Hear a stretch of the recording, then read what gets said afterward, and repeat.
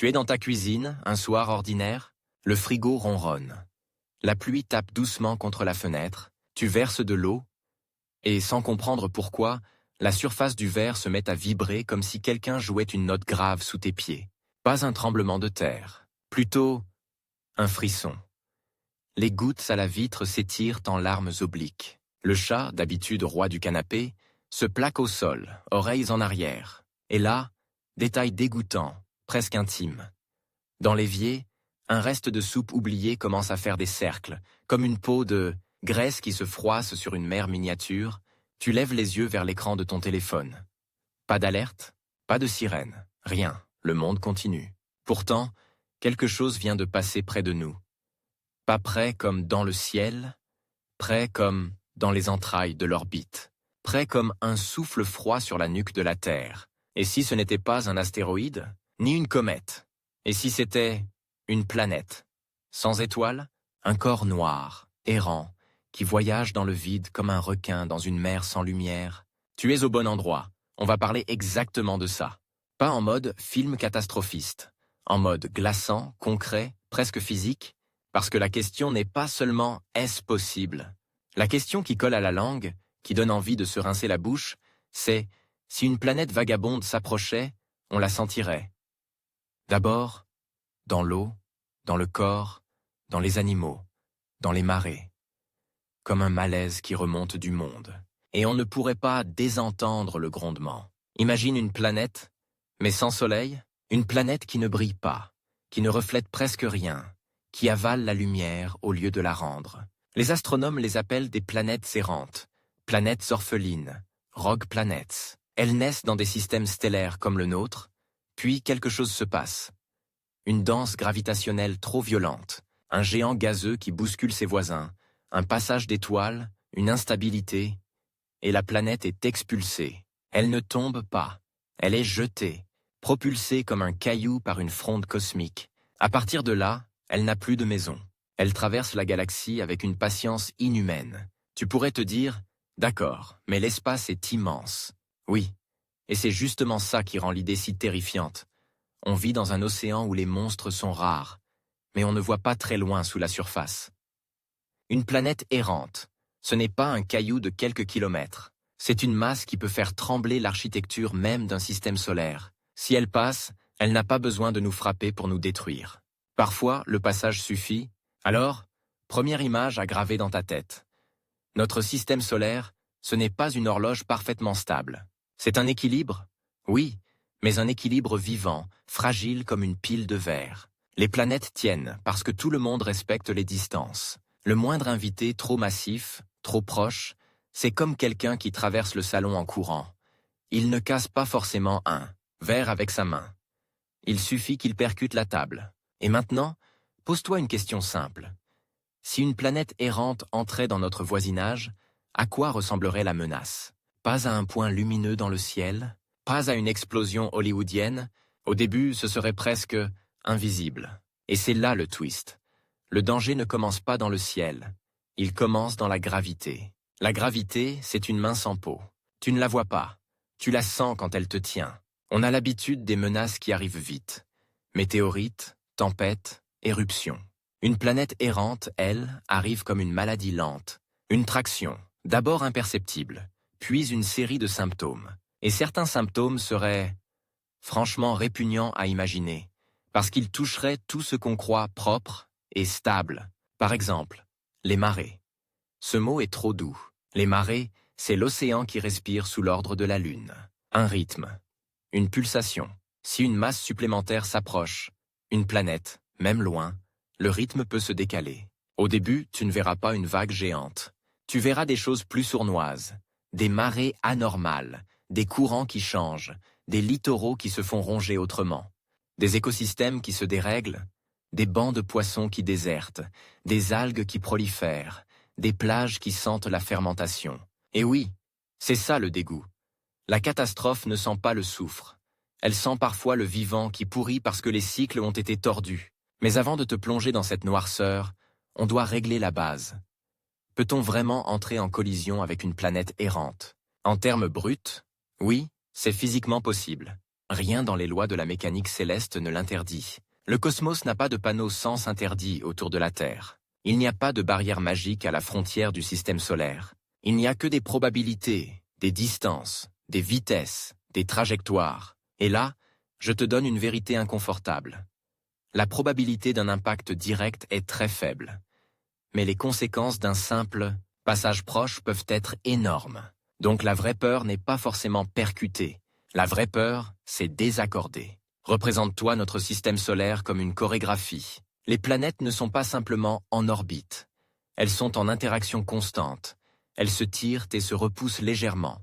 Elles échangent du moment. Elles résonnent. C'est stable sur des millions d'années. Oui, mais pas incassable. Et maintenant, introduisons le personnage principal. La planète errante. Elle peut être de la taille de Mars. Elle peut être un géant gazeux, un Jupiter sans soleil, énorme, froid, sombre.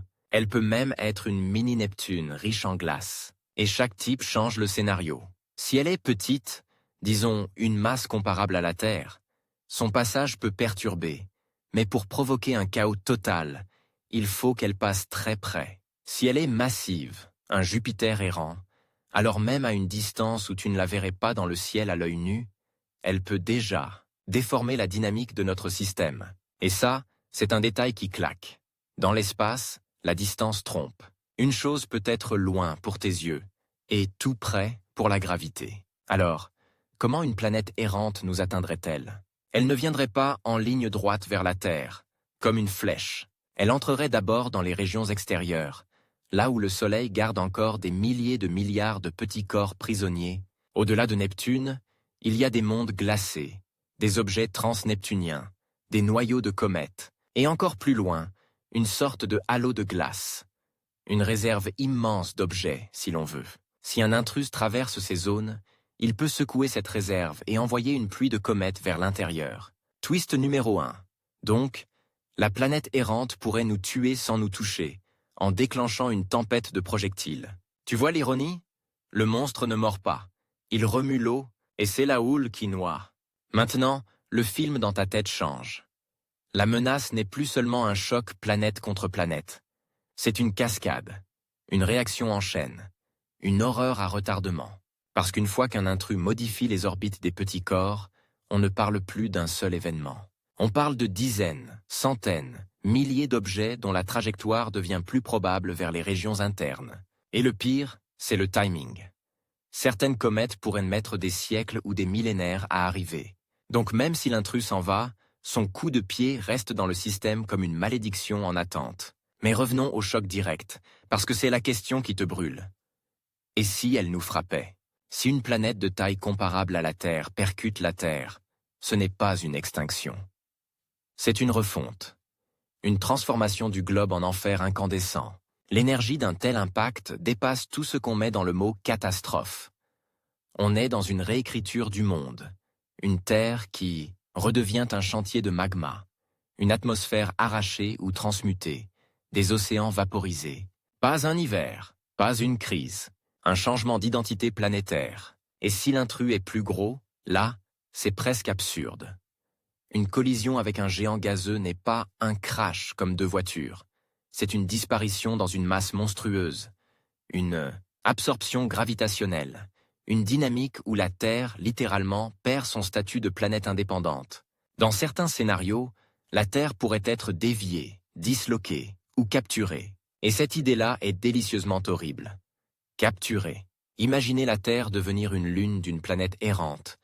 C'est imaginer un monde où le ciel est dominé par un disque immense, sombre, strié qui ne réchauffe pas mais impose une présence permanente. Une ombre qui règle la durée des jours et des nuits d'une manière nouvelle. Et ça, c'est plus qu'une catastrophe. C'est un exil. Tu veux du concret, du visuel? Pense à la nuit. Une nuit sans lune. Maintenant, imagine qu'au fil des semaines, quelque chose apparaît. Pas une étoile, pas un point. Une tache, une absence. Comme si quelqu'un avait frotté le ciel avec une gomme noire. Les gens diraient, c'est un nuage. Mais le nuage ne bouge pas comme un nuage. Il avance lentement, et les instruments mesurent une chose bizarre. La position des étoiles derrière cette tache semble légèrement déformée, comme une loupe, mais à l'envers. Une loupe qui n'éclaire pas, elles volent la lumière. Et pendant que les réseaux sociaux s'enflamment, pendant que les experts se disputent, les marées deviennent capricieuses. Les animaux migrateurs perdent leurs repères. Les nuits paraissent trop lourdes. Tu ne vois toujours pas le danger. Mais ton monde commence à se comporter comme un corps malade. Et là, tu dois entendre cette phrase.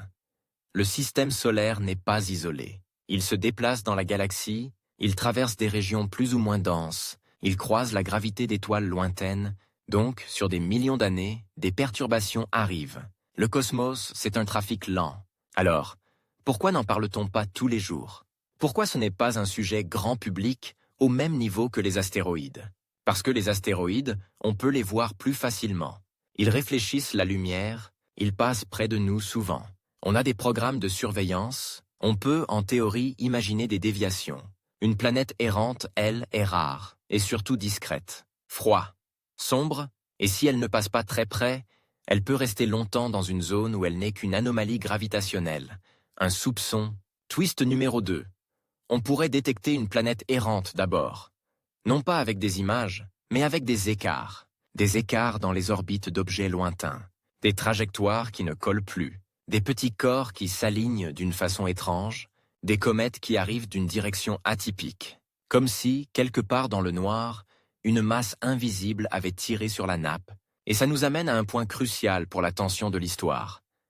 À quel moment serions-nous avertis? Si elle est grande et relativement proche, on pourrait la repérer par infrarouge, par ses effets, par sa signature thermique faible mais existante. Mais si elle est petite, froide, et arrive depuis une direction défavorable, on pourrait ne la voir clairement que tard. Et tard, dans ce contexte, n'est pas la veille, mais ça peut être quelques années, quelques mois, selon le scénario. Et c'est là que le cerveau humain se fait piéger. Quelques années, c'est énorme pour un humain.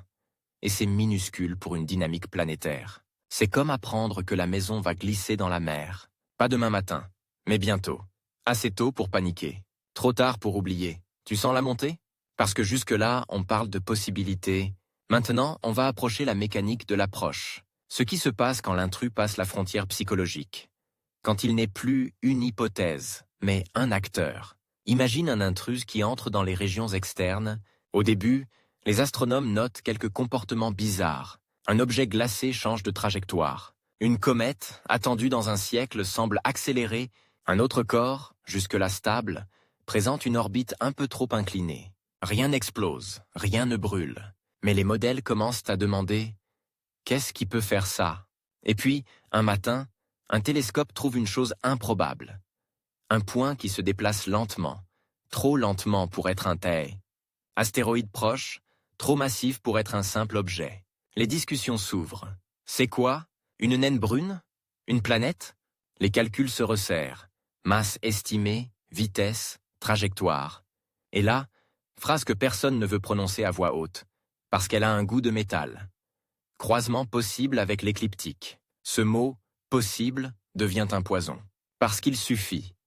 Tu sais ce qui rend cette histoire encore plus inquiétante? C'est que la Terre n'est pas la première cible. Le premier à souffrir, ce serait l'ordre des géantes. Jupiter, Saturne, Uranus, Neptune. Un intrus pourrait leur donner une petite impulsion. Et petite, à l'échelle cosmique, ça veut dire assez pour que, des siècles plus tard, leurs orbites changent suffisamment pour perturber l'intérieur du système. En clair, même si la planète errante ne nous touche pas, elle peut reprogrammer l'avenir. Et là, un troisième twist commence à s'installer, lent comme un couteau qu'on sort d'un tiroir. Et si la planète errante ne venait pas seule? Certaines planètes errantes pourraient garder des lunes glacées, des débris en essaim, un petit système autour d'un grand corps, une famille de fragments. Alors, au lieu d'un seul intrus, tu as une menace composée, un gros corps principal, et des satellites qui peuvent devenir des projectiles, et des éclats, des perturbateurs secondaires. Maintenant, reprenons ton verre d'eau du début. Si quelque chose de massif s'approchait assez près pour que la gravité ait un effet perceptible sur la Terre, tu ne le verrais pas, forcément comme un gros objet dans le ciel d'abord. Tu le verrais comme une série de phénomènes absurdes, comme si la planète elle-même commençait à baver des anomalies, des marées, décalées, des variations infimes mais détectables dans la rotation, des trajectoires d'objets proches qui ne collent plus, et une augmentation progressive des alertes d'objets entrant dans le système interne. La montée dramatique, ici, ce n'est pas l'explosion, c'est l'accumulation. Et l'accumulation devient une certitude quand une chose arrive. Le calcul de la distance minimale de passage, c'est là que l'histoire bascule. Parce qu'un passage à une certaine distance n'est pas un passage, c'est une main qui frôle. Et une main cosmique, même en frôlant, peut faire tomber des continents de stabilité. Je vais te laisser sur une image, parce qu'elle marque la fin naturelle de cette première grande respiration du récit. Tu es sur une côte. La mer se retire plus loin que d'habitude. Les gens descendent sur le sable, curieux. On voit des rochers d'habitude cachés. On croit à un spectacle. Sauf que l'air sent bizarre, une odeur d'algues écrasées, de vases remués. Le ciel est clair, aucun séisme.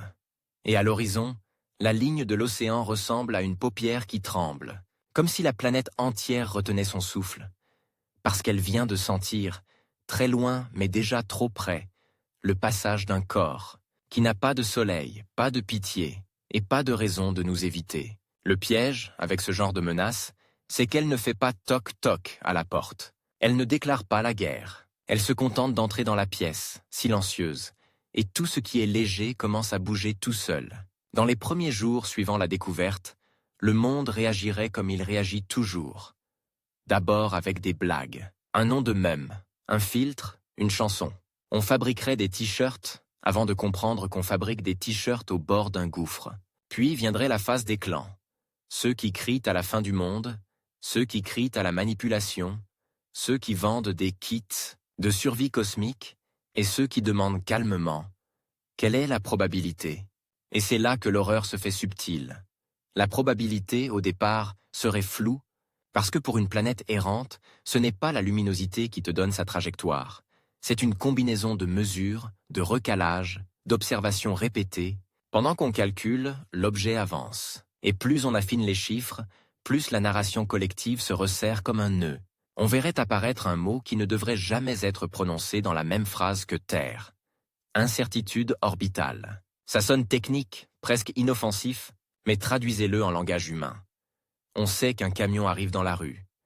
On ne sait pas encore s'il va tourner à gauche ou traverser le salon. Dans les centres de calcul, on lancerait des milliers de simulations. On ferait varier la vitesse, l'angle, la masse. On regarderait les scénarios comme on regarde des radiographies. Certains montrent une ombre bénigne, d'autres un cancer. Et le public, lui, n'attend pas les chiffres. Le public veut des images. Alors on ferait ce qu'on fait toujours quand l'ennemi est invisible. On le rendrait visible. On publierait des rendus, des vidéos, des trajectoires en lignes lumineuses traversant des cercles colorés. C'est rassurant parce que c'est propre. Le problème, c'est que la réalité ne serait pas propre parce que la vraie question n'est pas « va-t-elle nous frapper ?» La vraie question est « à quelle distance commence la défiguration ?» Quand un corps massif s'approche, il n'a pas besoin d'entrer en contact. Il suffit qu'il passe assez près pour que la Terre et la Lune deviennent un couple jaloux. La Lune, qui nous semble fidèle et éternelle, pourrait être tirée d'un côté, comme un bijou qu'on arrache, pas forcément arraché d'un coup. Parfois, une orbite peut s'étirer, se déformer, devenir plus elliptique. Ce qui change les marées, oui, mais aussi l'équilibre de rotation, la stabilité des saisons à long terme. Et là, tu comprends une chose. Notre confort climatique dépend d'un balai fragile. Mais l'escalade véritable se ferait ailleurs, dans les coulisses froides du système solaire. Parmi les objets qui, d'habitude, ne font pas la une. Imagine une foule dans un stade, parfaitement assise. Tu passes dans les rangs en courant et tu bouscules 3 personnes. À ton échelle, c'est rien. Mais ces 3 personnes tombent sur d'autres, et soudain tu as une vague de corps, une panique. La planète errante, c'est ce coureur. Les objets glacés, ce sont la foule. Et la panique, c'est une cascade de trajectoires. Les premiers signes concrets ne seraient pas un impact, mais une augmentation du nombre d'objets à surveiller, une pluie d'alertes. Non pas parce que soudain tout va nous frapper, mais parce que des orbites deviennent instables. Des comètes se réveillent, pas comme des prophéties poétiques, mais comme des bêtes qu'on a piquées avec une tige. Et voici une image qui colle au cerveau. Une comète, c'est un congélateur sale, un mélange de glace, de poussière, de molécules, qui a dormi dans le noir pendant des millions d'années. Quand elle se rapproche du Soleil, elle chauffe et elle dégaze. Ça crache. Ça pue l'ammoniac cosmique, le CO, des composés organiques. Elle devient une usine à vapeur et à poussière. Maintenant, imagine non pas une comète, mais des dizaines, puis des centaines qui entrent, échelonnés dans le temps. Le ciel deviendrait un calendrier de menaces, une série de rendez-vous avec des objets qui, chacun, pourrait être rien ou l'un de trop. Et c'est ici que la tension grimpe d'un cran, parce que la société humaine est mauvaise avec les menaces longues. Une menace longue, c'est une torture psychologique. On n'a pas de bouton pause. Le monde s'organiserait.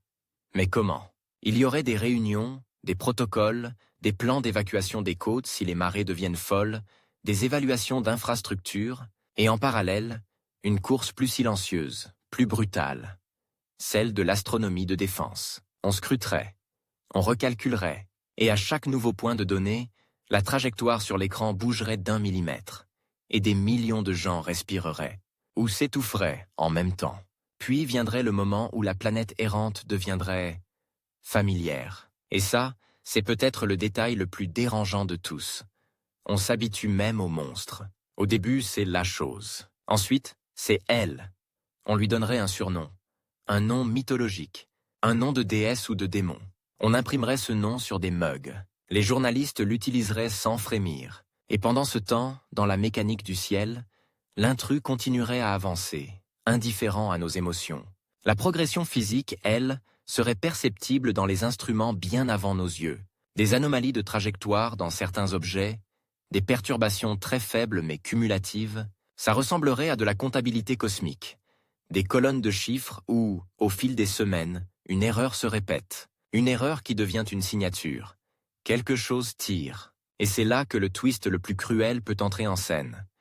La trajectoire pourrait sembler non dangereuse, puis le devenir. Non, pas parce que l'intrus change de route, mais parce qu'il interagit avec Jupiter. Jupiter, c'est le gorille du système solaire, un videur de boîtes de nuit gravitationnelles. Il dévie, il capture, il expulse, il peut nous protéger comme il peut nous condamner. Si l'intrus passe dans une zone où Jupiter peut influencer l'échange d'énergie, alors les trajectoires se réécrivent. Et cette réécriture peut être contre-intuitive. Un passage loin peut se traduire par une configuration qui, après l'interaction, rapproche l'intrus de l'intérieur. Autrement dit, on pourrait vivre un faux soulagement. Le genre de faux soulagement qui fait baisser la garde, qui remet les gens au travail, qui relance les vols commerciaux, qui rouvre les festivals. Et puis, soudain, de nouvelles données. Non, ce n'était pas fini. Dans la dramaturgie, c'est le moment où le deuxième acte prend la gorge, parce que le monde croit avoir compris le danger, et découvre que le danger a une seconde mâchoire. Au niveau visuel, l'intrus commencerait peut-être à apparaître au télescope grand public comme un point très faible, pas spectaculaire. La plupart des gens seraient déçus. C'est ça? On nous a fait peur pour un pixel? Et c'est exactement comme ça que les drames réels se comportent. Ils sont d'abord décevants. Les volcans, avant d'exploser, sont des collines. Les cancers, avant de tuer, sont des cellules.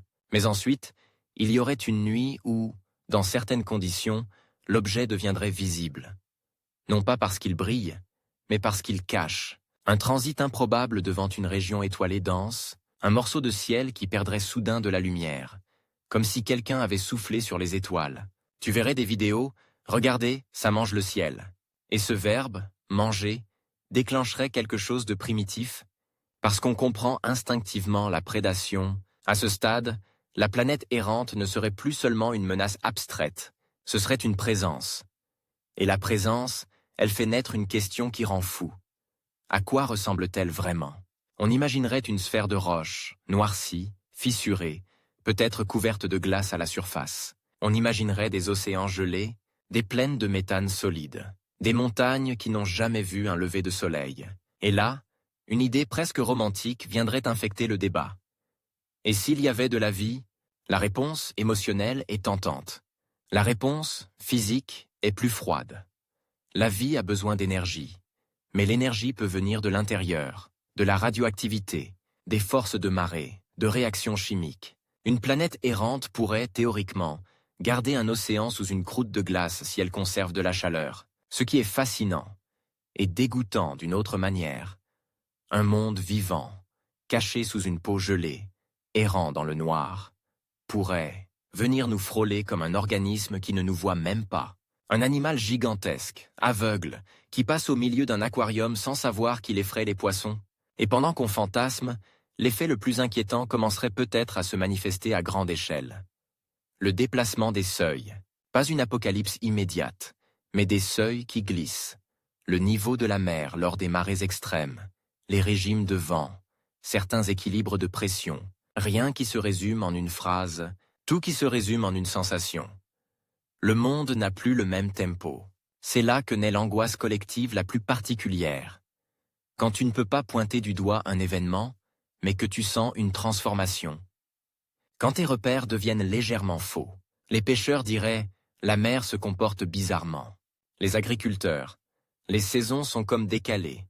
Les pilotes, les turbulences sont plus fréquentes.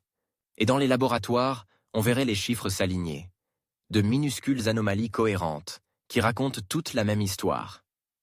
À ce stade, on aurait deux camps scientifiques, pas forcément opposés, mais tendus. Ceux qui disent « le risque majeur est un impact ou une capture ». Ceux qui disent « le risque majeur est un dérèglement indirect, une pluie d'objets, un glissement orbital, un chaos déclenché ». Et pendant qu'ils débattent, la réalité continuerait, mécanique, froide. L'intrus s'approcherait du plan de la plupart des orbites, ou le traverserait avec un angle.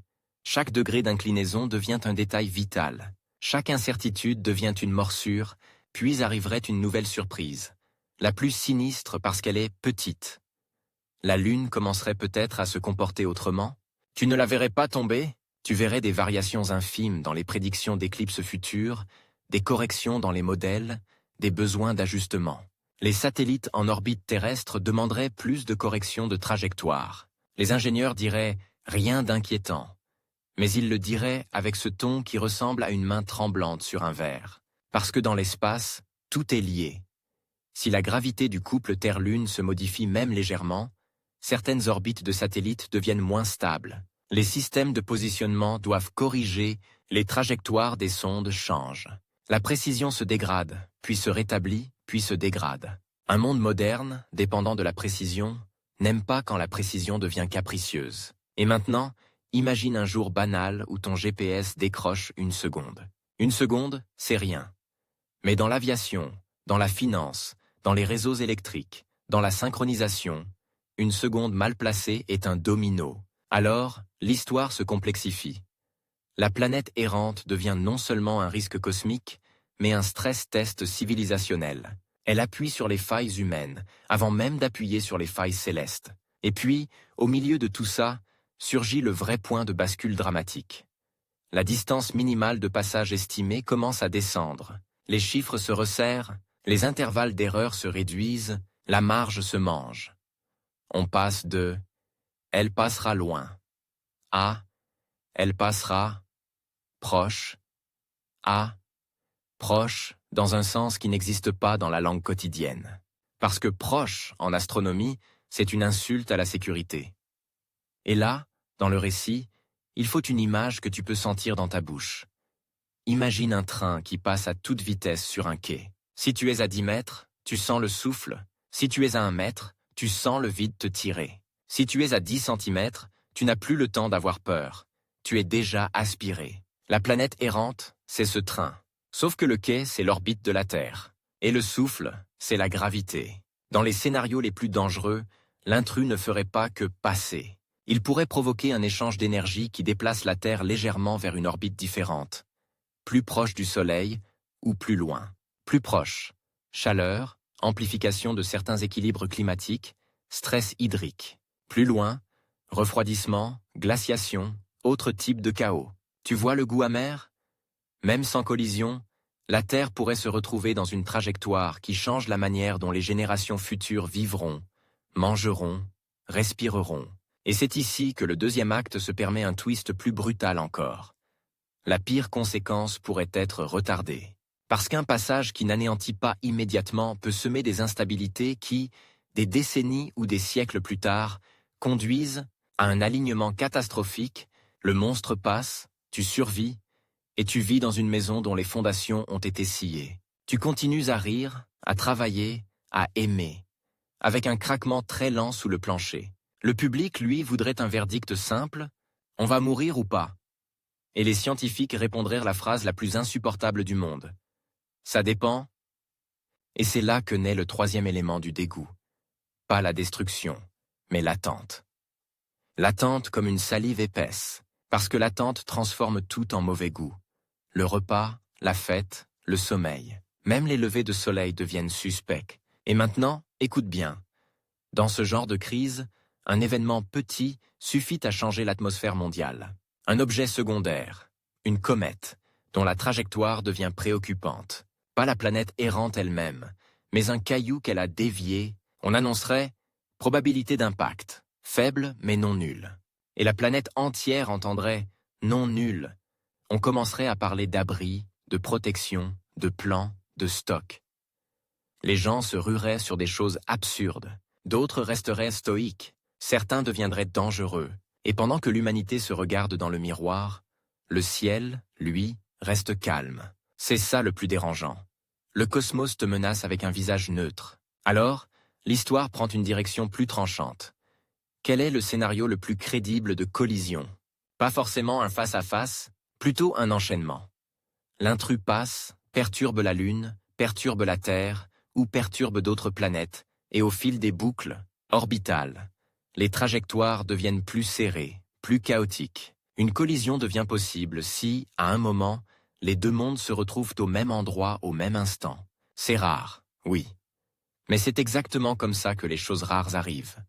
Pas parce qu'elles sont fréquentes, mais parce que le temps est long. Et maintenant, pour faire grimper encore la tension, voici une scène. Les caméras du monde entier sont braquées sur une carte du ciel. Les gens regardent la même animation comme on regardait autrefois les bulletins de guerre. Une ligne représente la trajectoire prévue, une bande plus large représente l'incertitude. Au début, cette bande est large, elle fait peur. Puis elle se rétrécit, et elle fait encore plus peur. Parce que plus elle se rétrécit, plus tu comprends que la réalité va choisir une seule des possibilités, et qu'une seule suffit pour tout gâcher. C'est à cet instant que la narration doit te tenir. On n'est plus dans l'hypothèse, on est dans l'approche. À ce stade, le monde aurait un nouveau calendrier, non plus celui des vacances, des élections ou des sorties de films, un calendrier plus brutal. Celui des fenêtres de passage, des conjonctions, des semaines critiques. Et le plus étrange, c'est que ce calendrier ne raconterait pas une histoire d'explosion, mais une histoire de tension, comme un câble, comptant lentement jusqu'à entendre les fibres se plaindre, parce que plus l'intrus approche, plus il cesse d'être une chose là-bas. Il devient une force ici. Il y aurait d'abord les phénomènes que personne n'attendrait, ceux qui font dire « ce n'est pas possible, c'est trop bête ». Les portes qui grincent plus souvent à certaines heures, parce que les bâtiments travaillent différemment sous micro-variations de marée terrestre? Les digues qui doivent être recalculées parce que les marées extrêmes ne tombent plus exactement où elles devraient? Les plateformes pétrolières et éoliennes en mer qui encaissent une nouvelle fatigue mécanique? Des ports où l'on doit déplacer des navires à des horaires différents? Le monde moderne adore croire qu'il contrôle l'eau. Il va découvrir que l'eau obéit à des mains invisibles. Et puis, très vite, la menace changerait de texture. Elle deviendrait géophysique. Parce que la Terre n'est pas une bille solide. C'est un organisme stratifié, un noyau, un manteau, une croûte, des fluides, des frictions. Quand tu tires sur elle, elle ne répond pas comme un rocher. Elle répond comme un corps qui a des nerfs. Un passage suffisamment proche n'a pas besoin de provoquer un craquement net pour être monstrueux. Il peut amplifier des contraintes déjà présentes. En clair, là où une faille était à 2 doigts de céder, tu lui donnes un doigt de plus. Et soudain, ce qui aurait dû arriver dans 30 ans arrive dans 3 semaines. Ce n'est pas de la magie, c'est de la mécanique. Imagine la scène, très concrète. Un séisme majeur. Les chaînes d'infos s'enflamment. On parle de tectonique, de hasard. Mais dans les réunions fermées, certains regardent les courbes de marée terrestre et murmurent « La tension a été modifiée ». Le public n'aime pas entendre ça, parce que ça voudrait dire que les catastrophes locales ne sont plus seulement locales. Elles deviennent des symptômes d'un phénomène cosmique, et alors, un nouveau mot s'installerait dans les conversations. Un mot froid. Résonance. La résonance, c'est quand tu pousses quelque chose au bon rythme, et que ça se met à osciller plus fort, une balançoire, un pont, un verre qui vibre sous une note. Et là, frisson. Un système planétaire peut aussi entrer dans des régimes d'oscillation, pas comme une balançoire visible, mais comme une accumulation d'excentricités, d'inclinaisons, de perturbations périodiques. Le danger sournois serait qu'une planète errante, en traversant, puisse synchroniser, même brièvement, certaines fréquences orbitales. Ce n'est pas « elle tire fort une fois », c'est « elle tire au bon moment, plusieurs fois, et ça s'additionne ». C'est le genre de détail qui fait basculer l'histoire du spectaculaire vers le réellement terrifiant. Le cosmos peut te tuer par addition. Dans les semaines critiques, les agences spatiales et les observatoires auraient une obsession. Mesurer la masse réelle de l'intrus, parce que la masse, c'est le jugement. Une planète d'une masse terrestre, tu la crains. Une planète 10 fois plus massive, tu la crains autrement. Un Jupiter errant, tu ne crains plus un événement. Tu crains une réorganisation. Et pour estimer cette masse, on ne se contenterait pas de la voir. On regarderait ce qu'elle fait aux autres.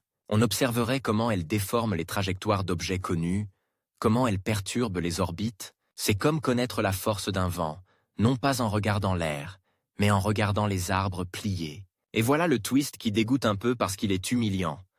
On pourrait être en train de se faire approcher par une planète, sans jamais la voir clairement. Un monstre qui reste une silhouette. Une chose dont tu connais la masse et la trajectoire mieux que sa surface. Une menace qui n'a pas de visage, seulement un poids. Dans ce vide d'images, l'imagination humaine ferait le reste. Et l'imagination, quand elle a peur, devient sale. Elle invente du viscéral. On verrait des rendus de planètes fissurées comme des crânes, des animations où la Terre se fait avaler, des vidéos où la Lune se disloque en anneaux de débris. Et ça contaminerait les rêves. Les enfants parleraient d'un gros noir dans le ciel. Des adultes se réveilleraient avec une sensation de chute, parce que la gravité, c'est exactement ça, une chute qui dure, puis viendrait une phase de décision politique, et elle serait plus brutale que les équations, car quand le risque dépasse un certain seuil, même si ce seuil est flou, on n'est plus dans la science pure. On est dans la gestion de la panique. On verrait émerger des plans d'urgence qui n'ont rien de cosmique dans leur apparence. Protection des réseaux électriques contre les tempêtes géomagnétiques si l'activité solaire devient un facteur aggravant dans un monde déjà instable, sécurisation des barrages et des centrales sur les littoraux face aux surcotes, stockage alimentaire, renforcement des communications, coordination internationale sur les impacts potentiels d'objets secondaires, et tu sentirais une contradiction insupportable. On se prépare à une menace gigantesque avec des outils de logistique humaine. C'est comme affronter un tsunami avec des rouleaux de scotch. Mais en réalité, c'est tout ce qu'on a, parce qu'on ne peut pas pousser une planète avec nos bras. Sauf que, on tenterait quand même quelque chose. Et c'est là que le récit prend une tournure presque mythologique. L'idée de dévier ou freiner l'intrus deviendrait un fantasme mondial. On parlerait de techniques théoriques, des explosions lointaines, des impacts cinétiques, des voiles gravitationnels, des tracteurs gravitationnels. Des idées qui, sur le papier, peuvent influencer de petits objets. Mais pour une planète, même une minuscule planète, c'est comme essayer de détourner un paquebot en lui soufflant dessus, alors la stratégie réaliste se déplacerait. Si on ne peut pas repousser le monstre, on peut au moins réduire les dommages collatéraux, dévier des comètes secondaires, surveiller, prédire, évacuer, limiter l'effondrement systémique. Et à ce moment précis, une autre peur apparaîtrait, la peur de l'erreur. Parce que tout dépendrait de calculs, d'observations, de modèles. Et si l'on se trompe, si l'on surestime le danger, on détruit l'économie mondiale dans une panique inutile. Si l'on sous-estime, on se fait surprendre. Le récit serait donc aussi un thriller de la précision, un combat contre l'incertitude. Mais revenons au ciel, parce que le ciel, lui, finirait par parler. À mesure que l'intrus se rapprocherait, il y aurait une nuit où des astronomes amateurs, avec des instruments accessibles, commenceraient à le capturer. Ce ne serait pas beau, ce serait une tache, une asymétrie, une zone un peu trop sombre. Et pourtant, cette première image moche deviendrait historique. Elle ferait le tour du monde, parce qu'elle prouverait que ce n'est plus une abstraction, c'est là.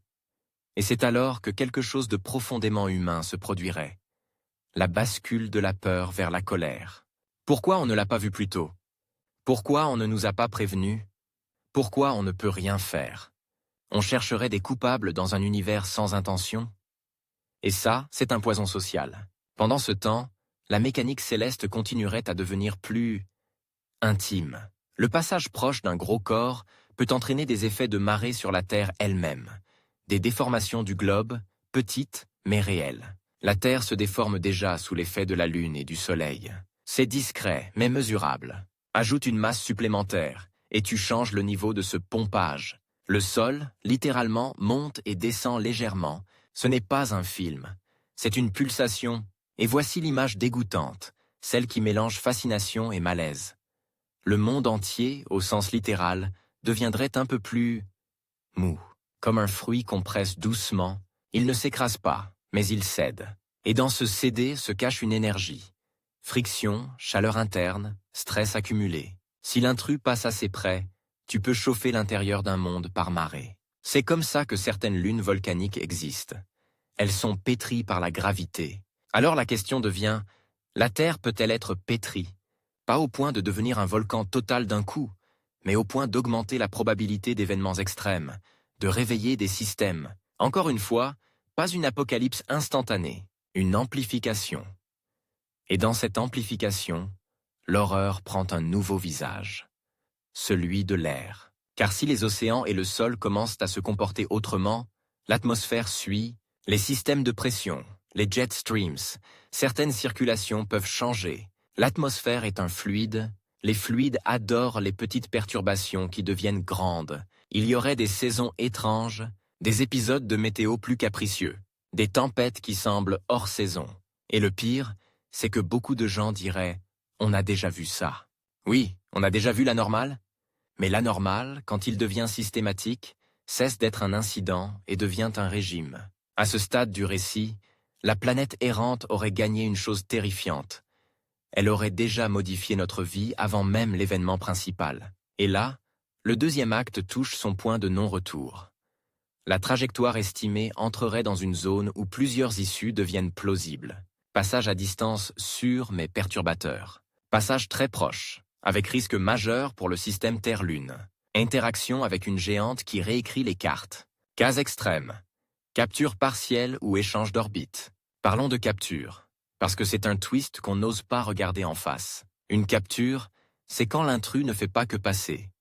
Il perd suffisamment d'énergie relative, souvent via interaction gravitationnelle, complexe, pour ne plus s'échapper. Il devient un résident, temporaire ou durable. Imagine, une planète errante qui devient un nouvel objet du système solaire. Elle n'a pas besoin d'être près de la Terre pour nous bouleverser. Elle peut s'installer ailleurs et perturber pendant des siècles. Tu vois le côté grotesque et répugnant? Ce n'est pas la catastrophe qu'on traverse et qu'on enterre. C'est un nouveau colocataire. Et il est énorme, silencieux, et il déplace les meubles même quand tu dors. Et pire, si la capture se fait dans une configuration tordue, elle peut créer une région du système où les objets se croisent davantage. Augmentant les risques de collisions futures, la menace devient alors un moteur à chaos sur le long terme. Dans les jours précédant l'approche la plus critique, on observerait probablement une augmentation des objets inattendus.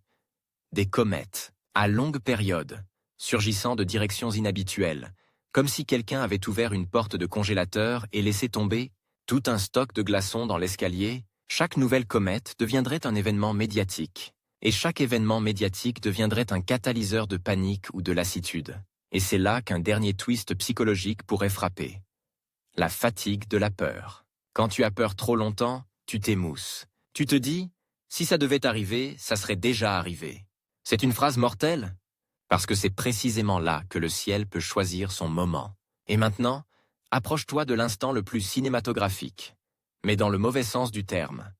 Le moment où l'intrus passe, à sa distance minimale, et où la Terre, même sans collision, ressent un changement net. Ce ne serait pas forcément un boom, ce serait un ensemble de signaux. Les marégraphes, ces instruments qui mesurent le niveau de la mer, verraient des courbes qui ne ressemblent plus à des courbes normales. Les géodésiens, ceux qui mesurent la forme et les variations de la Terre, détecteraient des déformations plus marquées. Les observatoires lunaires recalculeraient l'orbite de la Lune en quasi-temps réel, comme un cardiogramme. Les satellites exigeraient plus de corrections. Les astronomes observeraient des perturbations dans des populations d'objets lointains. Ce serait une symphonie de signaux, et chaque instrument jouerait la même note. Ça passe près. Et au niveau humain, tu aurais des scènes qui donnent envie de détourner le regard. Des côtes évacuées, non pas parce qu'un tsunami est visible, mais parce que la prédiction de surcotes extrêmes devient trop probable. Des zones portuaires qui ferment, des villes qui sentent l'humidité et la panique. Des gens qui montent des escaliers avec des sacs trop lourds, non pas pour fuir une vague qu'ils voient, mais une vague qu'ils imaginent. Et l'imagination est parfois plus insupportable que le réel. Et dans le ciel, enfin, l'intrus pourrait devenir visible pour une partie de la population. Un disque très faible, un point qui grossit lentement, un contraste, ce ne serait pas beau, ce serait une présence, un quelque chose qui ne devrait pas être là. Et à ce moment précis, une autre possibilité sinistre se dessinerait. Si l'intrus passe assez près du système Terre-Lune, il peut perturber la Lune au point de changer son orbite, ou, dans un scénario extrême, d'augmenter les risques de fragmentation par interaction. Pas comme un éclatement immédiat hollywoodien, mais comme une mise sous stress qui, plus tard, peut mener à des événements, et même sans fragmentation, une orbite lunaire modifiée suffit à réécrire les marées pour des générations. Une mer différente, une planète différente. Tu sens comme le récit glisse? On n'est plus dans « va-t-on se faire frapper ?» On est dans « à quel point allons-nous être altérés ?» Et c'est là que le troisième acte se prépare, comme une porte qui s'ouvre lentement sur une lumière froide, car après la distance minimale, il y a le moment où les modèles montrent clairement si l'intrus s'échappe, ou s'il revient. Et c'est là que l'histoire peut surprendre une dernière fois. Parfois, ce qui passe une fois devient un objet qui, après interaction, peut revenir sur une orbite qui recoupe le voisinage. Pas aujourd'hui, pas demain, mais assez tôt pour que l'humanité comprenne qu'elle ne vit plus dans le même système solaire qu'hier. Et c'est exactement à cet instant, au bord de l'après, que je veux te laisser, parce que c'est le point où l'on bascule de la peur, immédiate à la terreur durable. Tu regardes le ciel. La chose est passée. Les gens respirent. Les marchés remontent. Les villes se remplissent à nouveau. Mais dans les salles de calcul, une courbe ne remonte pas. Elle descend. Elle descend vers une nouvelle rencontre possible, une nouvelle configuration, une nouvelle fenêtre. Et tu comprends que le monstre n'était peut-être pas un projectile. Peut-être était-ce un déclencheur? Quand le passage minimal est derrière nous, le monde veut une fin, une conclusion nette. Un tout va bien ou un tout est perdu. Mais la mécanique céleste ne signe pas de contrat avec nos besoins psychologiques. Elle ne fait pas de générique de fin. Elle continue. Et c'est là que commence la phase la plus perfide. L'après. L'après n'a pas le goût du feu. Il a le goût d'une gorge sèche après une nuit d'angoisse. Quand tu te rends compte que ton corps a vécu en alerte tellement longtemps qu'il ne sait plus redescendre. Tu as survécu, peut-être, mais tu as été modifié. Le monde aussi. Si la planète errante est passée assez loin, tu pourrais croire qu'on s'en sort indemne. Pourtant, même dans ce scénario chanceux, elle aurait laissé quelque chose derrière elle. Des orbites un peu plus tordues, des objets un peu plus excités, une distribution différente des risques, comme un prédateur qui traverse un troupeau sans tuer. Il n'a pas mangé, mais il a changé la façon dont les animaux respirent. Le premier grand choc de l'après serait statistique. On verrait les graphiques. Augmentation des nouveaux objets à surveiller, comètes à longue période plus fréquentes qu'attendues. Trajectoire d'objets lointains plus chaotiques, besoin d'actualiser des modèles qu'on croyait solides. Et là, la civilisation ferait face à un paradoxe. La planète errante n'a pas détruit la Terre, mais elle a peut-être augmenté les chances que quelque chose la détruise plus tard. C'est un twist cruel, parce que c'est le contraire de l'histoire héroïque. Tu ne peux pas dire « on a vaincu ». Tu peux seulement dire « on a été frôlé et maintenant la loterie a changé ». Ensuite viendrait la question de la trace visible, parce qu'après un événement cosmique, on cherche toujours des cicatrices. Et ces cicatrices pourraient être étrangement ordinaires, presque insultantes. Sur certaines côtes, des dégâts dus à des marées extrêmes, des inondations plus hautes que prévues, des digues trop basses. Dans certaines zones sismiques, une séquence inhabituelle d'activités, pas forcément à cause, mais amplifiée par, dans les systèmes spatiaux, des corrections d'orbite, des pertes de satellites fragilisés, des réajustements coûteux, rien de romantique, rien de mythique. Juste un monde moderne qui découvre qu'il peut être secoué par un acteur qui n'a même pas la politesse d'être spectaculaire. Et puis, dans les laboratoires, on commencerait à comprendre ce qui s'est vraiment passé. L'intrus a été une leçon de gravité. 1. Rappelle que l'espace n'est pas vide au sens où on l'imagine, mais rempli de trajectoires, de tensions, de probabilités. C'est à ce moment que naît la question la plus obsédante, celle qui ne te laisse pas dormir. Est-ce que ça peut recommencer? La réponse est une lame à double tranchant. Oui, théoriquement, mais c'est rare. Cependant, rare ne veut pas dire impossible. Rare, ça veut dire tu peux vivre toute ta vie sans le voir, jusqu'au jour où tu le vois. Et c'est là que l'histoire prend un virage encore plus glaçant, parce qu'on découvre un autre scénario. La planète errante peut revenir, non pas parce qu'elle fait demi-tour, mais parce que sa trajectoire après interaction pourrait devenir liée, temporairement, à notre système. Un passage qui ressemble à une comète géante. Entrée, sortie, puis retour des années ou des décennies plus tard, sur une orbite énorme. Là, tu passes d'un accident unique à une menace périodique, tu passes d'un cauchemar à un cycle. Imagine la situation. Le monde se reconstruit psychologiquement, et on annonce. La nouvelle trajectoire suggère une possible seconde approche dans X années. Pas demain, pas cette semaine? Juste assez près pour que les enfants nés pendant le premier passage grandissent avec une date dans le futur, un rendez-vous avec le noir. Et si l'intrus ne revient pas, il peut avoir laissé autre chose. Un fil de comète, un couloir de trajectoires instables, une augmentation, de flux dans certaines périodes, une menace diffusée dans le temps, comme une contamination. C'est ici que le troisième acte se referme comme un piège, parce qu'on comprend que la collision directe n'était peut-être jamais le cœur du problème. Le cœur du problème, c'était la fragilité de notre stabilité. Mais on n'a pas encore parlé du scénario le plus dégoûtant, pas le plus destructeur, le plus dérangeant dans l'intimité. Le scénario de la capture partielle du système Terre-Lune. Dans certains enchaînements extrêmes, l'intrus pourrait perturber la Lune au point de modifier durablement son orbite. Même une modification modeste suffit à transformer les marées et certains rythmes biologiques. Ça te semble anodin? Attends. Des espèces synchronisent leur cycle avec la Lune, des comportements de reproduction, des migrations, des cycles de prédateurs et de proies, des rythmes d'activité nocturne. Même l'humain, qui se croit au-dessus, est un animal programmé par des rythmes. Change le rythme, et tu ne changes pas seulement l'océan. Tu changes une partie du vivant. Et voilà le dégoût, celui qui est moins sanglant, mais plus sournois.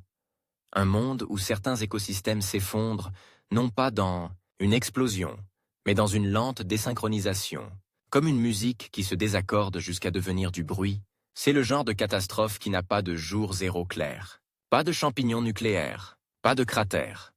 Juste des chiffres qui glissent, des espèces qui disparaissent, des côtes qui se redessinent, et l'humanité, qui adore les histoires simples, aurait du mal à raconter cette histoire. Elle dirait « c'est la crise climatique, c'est la pollution, c'est l'économie », sans voir que, dans un coin du tableau, une main invisible a changé le rythme de base. À ce stade, on pourrait aussi parler d'un autre twist. La planète errante comme révélateur de nos angles morts. Avant, on surveillait surtout les objets proches, lumineux, rapides, ceux qui se présentent clairement. Après, on comprend qu'un danger peut être grand, froid, sombre, et se manifester d'abord par des écarts minuscules. Alors, la réaction la plus probable de l'humanité ne serait pas la résignation, ce serait l'obsession. On construirait de nouveaux observatoires infrarouges, on multiplierait les programmes de surveillance du ciel profond, on chercherait des signatures gravitationnelles dans les orbites lointaines, on créerait des systèmes d'alerte qui ne regardent plus seulement ce qui brille, mais ce qui tire. Et là, un dernier twist vient refermer l'histoire de manière presque ironique. Plus on surveille, plus on trouve. Pas forcément des planètes errantes menaçantes, mais des objets étranges, des anomalies, des corps sombres. Le ciel, qu'on croyait vide, devient peuplé. Ce qui nous amène à la question finale, celle que tu voulais depuis le début, celle qui doit claquer dans la bouche comme un verdict. Peut-on entrer en collision avec une planète errante? Oui, c'est possible. La physique ne l'interdit pas, mais c'est extrêmement improbable à l'échelle d'une vie humaine, et même à l'échelle de milliers d'années. Ce qui est plus plausible, c'est un passage qui perturbe, qui réorganise, qui déclenche des cascades d'objets et des dérèglements. Et c'est exactement là que l'histoire devient la plus cinématographique, parce qu'elle te laisse avec une vérité qui pique. La Terre n'est pas une forteresse dans le vide. C'est une barque dans un océan noir. Et parfois, un continent de gravité passe sous la surface. Maintenant, laisse-moi te ramener au tout début. Ton verre d'eau, ta cuisine, la vibration. Imagine que tu as vécu l'événement, l'intrus est passé. Tu es encore là? Tu remplis un verre, encore, un soir ordinaire? Le frigo ronronne. La pluie tape à la vitre. Et pendant une seconde, tu observes l'eau. Elle est calme. Mais toi, tu ne l'es plus. Parce que tu sais quelque chose que tu ne savais pas avant. Le ciel ne nous regarde pas, ne nous protège pas, ne nous attaque pas par méchanceté. Le ciel est indifférent. Et dans cette indifférence, une planète peut errer pendant des millions d'années, puis frôler ton monde comme on frôle un insecte sans le voir. Et c'est peut-être ça, la vraie conclusion qui retient jusqu'au bout. Ce n'est pas l'idée d'un choc qui est la plus terrifiante. C'est l'idée que notre stabilité est une histoire qu'on se raconte. Une histoire vraie, mais fragile. Et qu'il suffit d'un visiteur, sans soleil pour en changer la ponctuation.